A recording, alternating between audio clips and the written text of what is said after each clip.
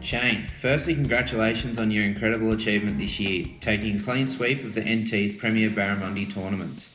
So Shane, first was the Kakadu Klash held on the South Alligator River. Tell us about the South and some of the techniques used during the event. Thanks. The Kakadu Klash evolves around catching the 3 biggest fish, so your biggest fish from each day, and you record the total length to the obviously winning score.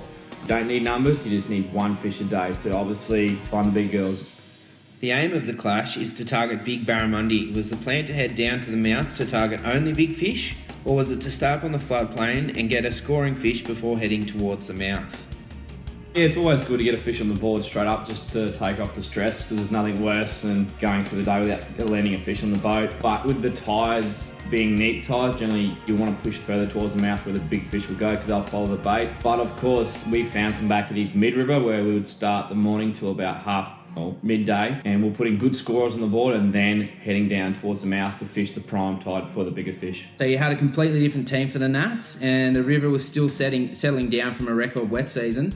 So a different approach would have been taken to how you fished the Nationals in previous years? Yeah, every year is different. That's what's good about barramundi fishing, obviously the Northern Territory, because our wet's always, we have good wets, we have bad wets. When it comes to competition fishing, it's always about reading the river and adjusting to what the river's doing at the time, not doing what you want to do. Just take your time, get on the river and learn it as it is on that day. After day 3, the scores are hidden from all competitors at the event. What did the team do differently to everyone else to come through with the win? We stuck to our game plans, knowing how the other teams fish and just a bit of knowledge on the river and thinking positive, just always pushing through as a team and adjusting as the days. I always say the number one thing you can do in the competition is predict it before it happens, because if you're in the spot when it's happening, you're always going to get those cracker scores rather than hearing about it or finding it when it's already happened. Predicting it before it happens.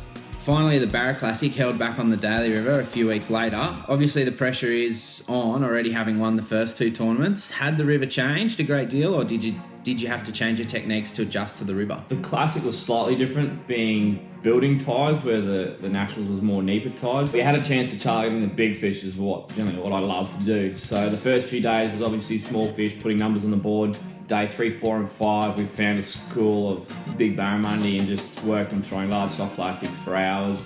You weren't getting many hits, but you knew every time you had a shot, it was always going to be a fish over 80 centimetres. You had a different team for each tournament, but you still seemed to amass some massive points and blow the rest of the competitors away.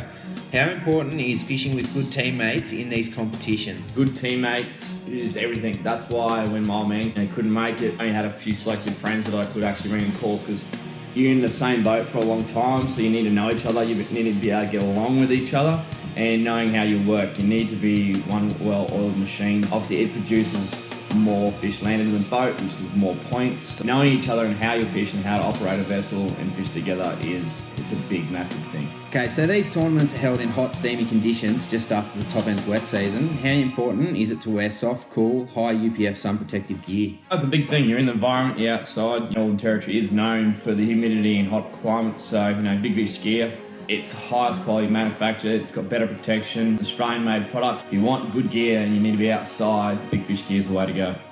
Well, Shane, on behalf of the team at Bigfish, we'd like to congratulate you on your amazing effort of being the first person to take out the Triple Crown in 2017. You can follow Shane on Facebook and Instagram, and for more information about the entire range of Bigfish gear, head to www.bigfishgear.com or follow us on Facebook and Instagram. See you next time.